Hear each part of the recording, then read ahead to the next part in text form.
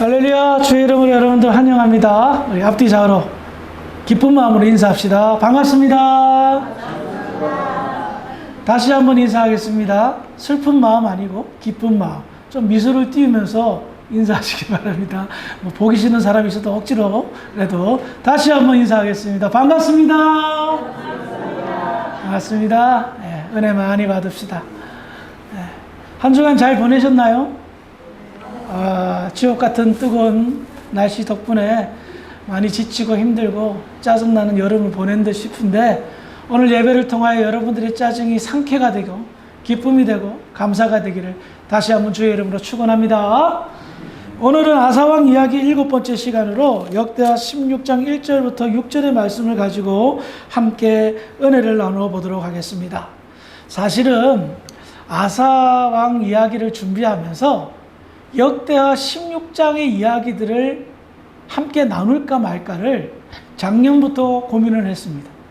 왜냐하면 작년에 표어를 이제 아사왕 이야기를 통해서 표어를 정하면서 참 좋은 메시지들이 담겨 있어 이렇게 준비를 하고 연구를 하다가 보니까 아사왕이 마지막이 안 좋은 거예요. 우리의 그 표어는 축복의 시작 15년이 이게 축복의 시작인데, 결과까지 참 좋았으면 속된 말로 아다리가 잘 될 텐데, 우리 이장로님 표현되면 연결이 잘 될 텐데, 이게 연결이 안 돼가지고 이거 고민스러웠던 겁니다.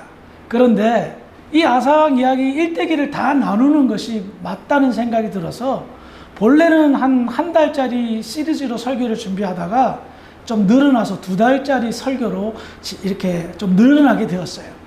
어쨌든 아사왕 이야기가 결말은 안 좋지만 그 결말이 주는 정말 중요한 교훈들이 있기 때문에 오늘과 다음 주에 2주간에 걸쳐서 마무리를 지어보도록 하겠습니다. 우리는 지난 시간에 남유다 역사상 처음으로 종교개혁에 성공한 아사왕 이야기를 함께 나누었습니다. 아사왕의 종교개혁에 반항한 그의 할머니이자 태후였던 마아가를 폐위시키고 자신이 가지고 있던 수많은 재산, 아버지의 유산까지 다 하나님의 성전을 재건하는 데 헌금했던, 그래서 하나님께 영광 돌렸던 아사왕. 그렇게 해서 어떻게 되었습니까? 아사왕 35년까지, 아사왕이 41년 동안 재위하거든요. 그러니까 35년까지, 즉 25년 동안에야 그 땅에 평화가 임하였더라는 거예요. 이게 25년 평화가 대수로워? 우리는 지금 50년, 60년, 70년 동안 평화롭게 사는데? 라고 말씀할 수 있을지 모르겠지만, 당시 사정은 전쟁이 끊기지 않았던 시절이었습니다. 매일 전쟁이 일어나던 시절에 25년이나 전쟁이 일어나지 않았다는 것은 무엇을 의미합니까? 진짜 참 평화의 역사가 나타났던 겁니다. 그래서 남유다는 태평성대를 이루었고 주변 모든 나라 가운데서 가장 살기 좋은 나라가 되었습니다. 자, 남유다가 가장 살기 좋은 나라, 편안한 나라가 되자 위기감을 느낀 나라가 있었습니다. 어떤 나라일까요? 북이스라엘. 같은 혈육이지만 나라가 반으로 잘려져서 서로 온수지간이 된 북이스라엘은 큰 위기감을 가졌던 거예요. 그래서 다음과 같은 일이 일어납니다. 역대하 16장 1절의 말씀을 함께 읽어보겠습니다. 시작. 아사왕 제39년에 이스라엘 왕 바아사가 유다를 치러 올라와서 라마를 공격하여 사람을 유다 왕 하사엘에게 왕위하지 못하게 하려 합니다. 북이스라엘 왕 바아사는 쿠데타에 성공해서 왕권을 가지게 되었습니다. 나라를 다스리다 보니 말 못할 큰 위기감이 가졌던 겁니다. 이유인즉슨 북이스라엘 사람들이 자꾸 남유다로 유입되는 것이었습니다. 더군다나 신앙심 좋은 사람들은 베델과 단에 세운 금송아지에게 절기 때마다 가는 것이 아니라 여호와의 성전이 있는 예루살렘으로 자꾸 찾아가는 것이었습니다. 북이스라엘은 끊임없는 쿠데타로 정권이 자꾸만 바뀌었습니다. 정통성 없는 왕들이, 군부의 세력들이 왕권을 장악하고 왕위에 올라갔습니다. 바아사도 그 중에 한 명이었습니다. 그런데 남유다는 다윗의 후손인 아사 왕이 35년 넘게 평화를 유지하고 살기 좋은 나라로 만들었습니다. 그러니 북이스라엘 백성들이 끊임없이 전쟁이 일어나고 쿠데타가 일어나는 북이스라엘보다는 남유다에 더 관심을 가지고 이주할 기회들을 엿보고 있었던 겁니다. 이에 위기감을 느낀 바하사는 군대를 동원하였습니다. 그리고 남유다와 북이스라엘의 관문이라 할 수 있는 라마를 점령하고 그것을 견고하게 하여 남과 북의 사람들이 왕래하지 못하도록 우리식으로 하면 38선을 그어버린 거예요. 25년이라는 평화의 시절을 보낸 남유다, 북이스라엘 바하사 왕은 아주 뛰어난 장군이었습니다. 그가 무방비 상태에 있었던 라마를 점령하자 남유다의 아사 왕은 굉장히 당황하였습니다. 그렇죠? 오랜 기간 동안 침묵과 평화 속에 있다가 갑자기 전쟁이 일어나니 당황할 수밖에 없죠. 이때 아사 왕이 내린 결정과 행동입니다. 잘 읽어보시기 바랍니다. 역대하 16장 2절과 3절입니다. 시작. 아사가 여호와의 전복관과 왕국까지 문을 열다가 다메섹에 사는 아람 왕 베나다에게 보내며 이르되 내 아버지와 당신의 아버지 사이와 나와 당신 사이에 약조하자. 내가 당신에게 은동을 보내노니 와서 이스라엘 왕 바하사와 세운 약속을 깨뜨려 그가 나를 떠나게 하라. 아멘. 자, 아사왕이 보여준 이 행동, 여러분 뭐가 잘못됐습니까? 여러분들 맞춰보세요. 아니, 얘기해보세요. 뭐가 잘못된 것 같아요? 지금 읽은 말씀 보니까 뭐 큰 실수를 하고 있는데 묵묵부답이 알면서도 창피해서 말씀 못 드려요. 지금 전쟁이 일어났어요. 과거의 아사왕은 어떻게 했죠? 그렇죠. 하나님만 찾았잖아요. 하나님을 부르짖었잖아요. 그런데 지금 어떻게 하고 있습니까? 이웃 나라인 아람 왕에게 도움을 요청하고 있는 거예요. 그런데요, 역대하 16장 2절의 병행 구절이 똑같은 구절인 열왕기상 15장 18절에 보면 참 마음에 쓰리는 내용이 나옵니다. 읽어보겠습니다. 시작.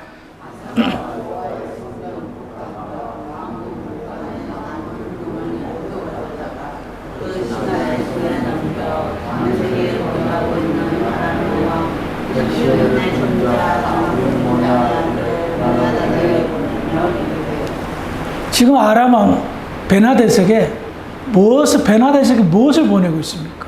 먼저 성전의 은금을 다 쓸어다가, 이건 성전 재산입니다. 과거 자기가 아버지 유산 받은 것, 자기가 전리품으로 거둔 것을 다 헌물로 내었던 것들을 다시 뺏어옵니다. 그리고 자기 재산, 그동안 태평생도를 이루면서 많은 재산을 모았을 거 아닙니까?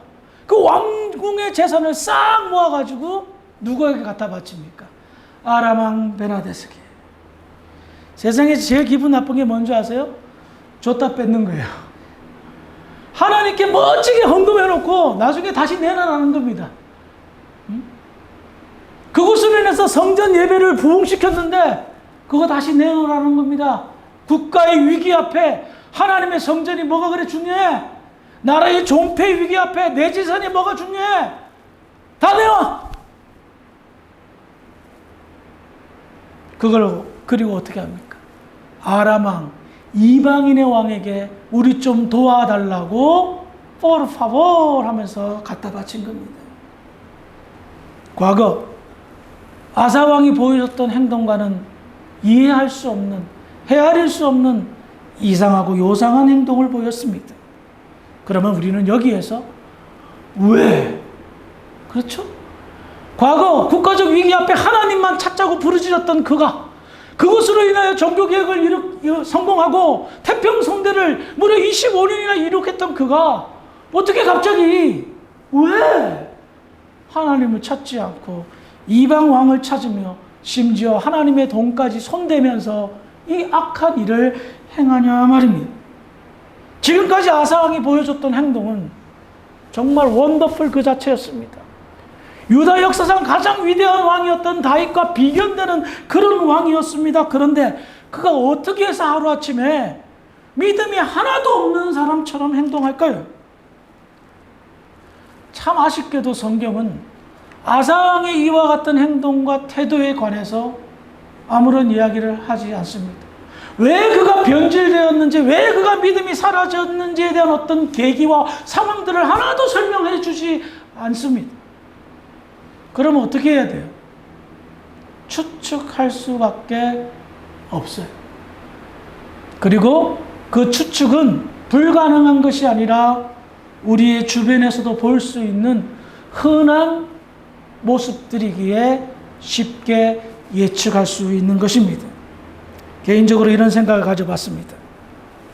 그래, 사람은 보통 그렇더라라는 겁니다.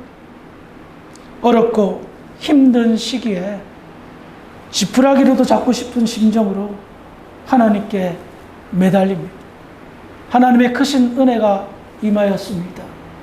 잘 먹고 잘 살고 성공을 누리며 삽니다. 문제는 편하고 행복한 삶이 오래오래 지속되다 보면 잊어버리는 것이 있습니다. 그게 뭘까요? 이 모든 것이 하나님의 은혜로 말미암았다는 사실을 까맣게 잊어버립니다. 새까맣게 잊어버립니다. 이런 사람들의 공통점이 뭔지 아십니까? 자기의 경험, 자신의 성공을 자랑합니다. 과거에 힘들고 어려웠을 때 하나님께 눈물 흘리며 도와주세요라고 기도했던, 겸손했던 자신의 모습은 오간데 없고 잘났고 성공한 현재의 자신의 모습만 보입니다. 그래서 훗날 자기에게 좀 어려운 일이 생기면 과거에는 기도하고 기도 요청을 했던 그가 이제는 자신만만하게 자신의 경험을 들이댑니다. 자신의 성공을 들이댑니다. 아사왕이 그런 사람이었습니다. 처음 왕위에 올랐을 때는 어리고 어린 사람이었습니다. 그러나 그는 분별력이 있었습니다. 이 나라가, 이 민족이, 이 모양 이 꼴이 된 것은 하나님을 떠났기 때문이다. 그런 영적 분별력이 있었기에 그는 종교개혁을 일으켰고 하나님이 그에게 크신 능력과 은혜를 베푸셔 성공한 왕으로 그를 세우셨습니다. 그런데 이 성공의 축복을 너무 오랜 기간 동안 누리다 보니 영적인 분별력을 상실한 겁니다. 이 모든 것이 하나님의 은혜로 말미암았는데 하나님의 은혜가 사라져버린 겁니다. 자기 성공에 도취돼요. 박수 받는 것에만 도취돼요. 사람들에게 칭찬받는 것만 도취돼요. 자기 잘난 맛에 살게 되었던 거예요. 이 모든 것이, 이 나라가 이렇게 된 것이 하나님의 은혜가 아니라 나의 능력이야 라고 착각한 거예요. 그런데 그는 오랜 평화가 깨지고 국가적 위기 앞에 이제 믿음을 발휘할래도 믿음을 발휘할 수가 없는 그런 영적인 침체, 아무런 믿음이 없는 상태로 전락하고 말았던 겁니다. 그래서 그는 자신의 머리와 경험을, 그동안 쌓아왔던 국제적, 정치적 능력들을 발휘합니다. 역대하 16장 4절입니다. 시작.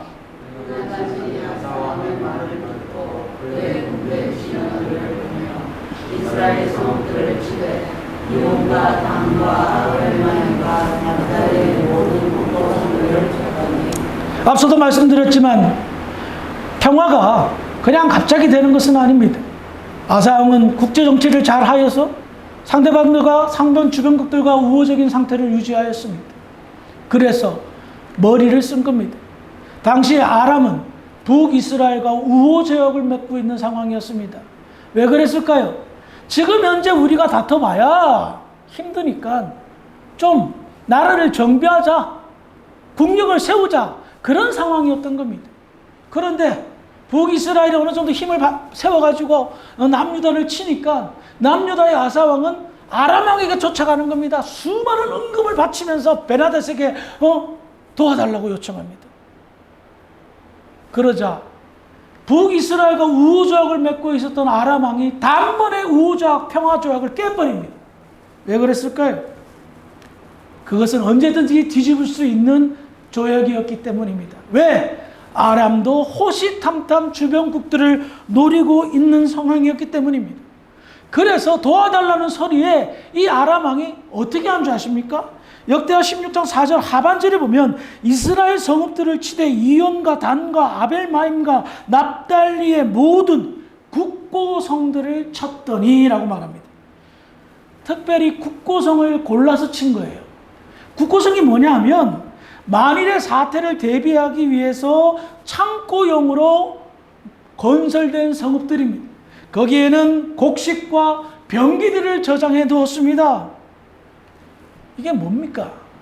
아람 왕이 북이스라엘과 우호적을 맺고 있었지만 기회만 되면 침략하려고 준비하고 있었는데 남유다 아사 왕이 막대한 군자금을 갖다 바치면서 은금을 갖다 바치면서 도와달라고 하니 야 이거 꼭 먹고 알 먹기다 하는 거예요. 그래서 북이스라엘이 중요한 국고성들을 침략해서 그곳에 있는 곡식과 병기들을 차지한 거예요. 아람 왕 베나닷은 완전히 횡재했다라고 생각했을 것입니다. 과거 아사 왕은 100만 대군 앞에 하나님께 기도하였습니다. 구스의 세라가 수많은 대군을 물리치고 몰고 와서 남유다를 점령하려고 할 때 그는 두 손 들어 부르짖었습니다. 어떻게 되었습니까? 그 100만 대군을 싹쓸이 해버렸습니다. 그런 전력이 있었던 그가, 그로 인하여 엄청난 부를 소유하게 된 그가, 그 모든 것이 하나님으로 말미암아 되었던 그가 이제 하나님의 은혜를 잊어버렸습니다. 하나님의 도움을 잊어버렸습니다. 하나님의 능력을 잊어버렸습니다. 과거의 아사왕은 성령 충만한 사람이었다면 지금은 껍데기만 성령 충만한 듯 보이고 속은 영적 빈곤, 영적 빈털터리가 된 것입니다. 그래서 남 좋은 일을 하는 거예요. 그런데 문제는 이게 큰 문제가 아니에요.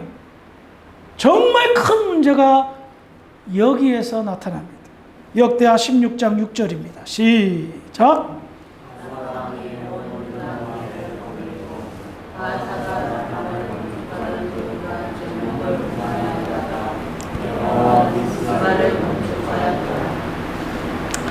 북이스라엘 바하사는 라마를 건축해서 북과 남의 왕래를 끊으려고 했습니다. 그런데 갑자기 북방에서 아람 왕이 침략했다는 이야기를 들으니 이게 뭐 건설이고 뭐고 뭐 방비고 뭐고 급하게 자기 나라를 보호하기 위해서 다 내버려 두고 뛰쳐나간 겁니다. 그 소식을 들은 아사 왕은 라마에 정말 무혈입성, 아무도 없잖아요. 도착해서 보니까 어마어마한 돌과 제목들, 건축하기 위한 건축 자재들이 산더미처럼 쌓여있는 거예요. 어이구 잘됐다 싶어서 어떻게 했습니까? 게바와 미스바 두 성을 건축한 거예요. 게바와 미스바는 굉장히 유명한 성들입니다. 그 성들을 중축한 거예요. 보호하고 더 방배를 튼튼하기 위해서. 어떤 것으로? 라마를 건축하려던 재료로 두 성을 건축했다면 이것은 무엇을 말합니까? 엄청난 건축 재료를 얻어왔다는 거죠. 근데 이게 왜 문제가 될까요? 이번 승리로 인하여 아사 왕은 다시 한번 이스라엘 남유다 백성들에게 큰 박수를 받고 더 큰 존경과 추앙을 받게 되었을 것입니다. 역시 우리 아사 왕이다 라고 말입니다. 그런데 이게 왜 장사로 치면 2배나 남겨 먹었는데 문제가 되냐 말입니까? 아사 왕은 하나님에게 도움을 1도 구하지 않았습니다. 전부 자기의 머리에서 나온 것이었습니다. 그러는데 큰 성공을 거두었습니다. 북이스라엘 전쟁을 치르지도 않고 돈으로 다 해결했습니다. 그리고 은금을 돌과 목재로, 건축 자재로 보상을 받았습니다. 게바와 미스바의 큰 성을 더 만들었습니다. 그러니 이게 왜 문제가? 결과가 안 좋게 되었다라면 아사왕은 회개하였을 것입니다. 결과가 나쁘게 되었다라면 아사왕은 뒤를 돌아봤을 것입니다. 하나님 잘못했습니다. 100만 대군이 몰려왔을 때는 하나님 앞에 기도했는데 그깟 북이스라엘이 성 하나 점령했다고 제가 지금 아람 왕에게 하나님 성전에 있는 돈까지 다 갖다가 바쳐가지고 이게 너무너무 창피하고 수치스럽습니다. 차라리 저를 죽여주십시오. 이런 얘기하지 않았을까요? 그런데 좋은 결과를 얻었어요. 자기 머리로 말미암아 아주 좋은 결과를 얻었기에 뒤돌아볼 계기와 시간이 없었던 겁니다. 과거 아사왕 백성들과 더불어 목숨을 걸고 맹세하고 언약했습니다. 무슨 언약을 했습니까? 오직 하나님만 찾겠다고. 그래서 하나님을 찾지 않는 자기 할머니 마아가지 폐위시키고, 이거 나라를 태평성대의 나라, 가장 살기 좋은 나라로 만들지 않았습니까? 그런데 그 맹세를 잊어버린 겁니다. 하나님과 맺은 그 언약을 잊어버린 겁니다. 그런데 성공했어요. 그런데 큰 이익을 봤어요. 그래서 더 큰 문제가 되었던 겁니다. 아사왕은 자아도취되어 자기의 성공에 눈이 어두워졌습니다. 그래서 자기를 떠나신 하나님을 깨닫지 못했습니다. 그동안 아사왕과 함께 하였던 하나님께서 네 잘났냐? 그래? 잘해봐. 너 똑똑하니? 그래? 잘해봐. 하고 떠나신 거예요. 사랑하는 성도 여러분, 믿음의 사람들에게 있어서, 예수를 믿는 사람들에게 있어서 가장 두려워해야 될 것이 무엇인 줄 아십니까? 여러분들은 실패를 두려워하십니까? 건강을 두려워하십니까? 천재지변을 두려워하십니까? 믿음의 사람들이 가장 두려워해야 될 것이 하나 있습니다. 시편 27편 9절입니다. 시작. 주의 얼굴을 내게서 숨기지 마시고 주의 도움을 위하여 보내지 마시고 주는 나의 도움이 되시나이다. 나의 구원의 하나님이시여 나를 버리지 마시고 떠나지 마시고. 많이 들어보셨던 말씀일 것입니다. 시편 27편의 저자는 다윗입니다. 다윗은 이 세상에서 가장 두려운 것이 하나님이 자기를 떠날까봐입니다. 자기의 범죄로 인하여, 자기의 실수로 인하여 하나님이 자기를 떠날까봐가 가장 두려웠던 겁니다. 그래서 간구합니다. 하나님, 제가 잘못한 거 인정합니다. 나를 떠나지 마소서. 아사왕은 하나님이 자기를 떠난 줄 몰랐습니다.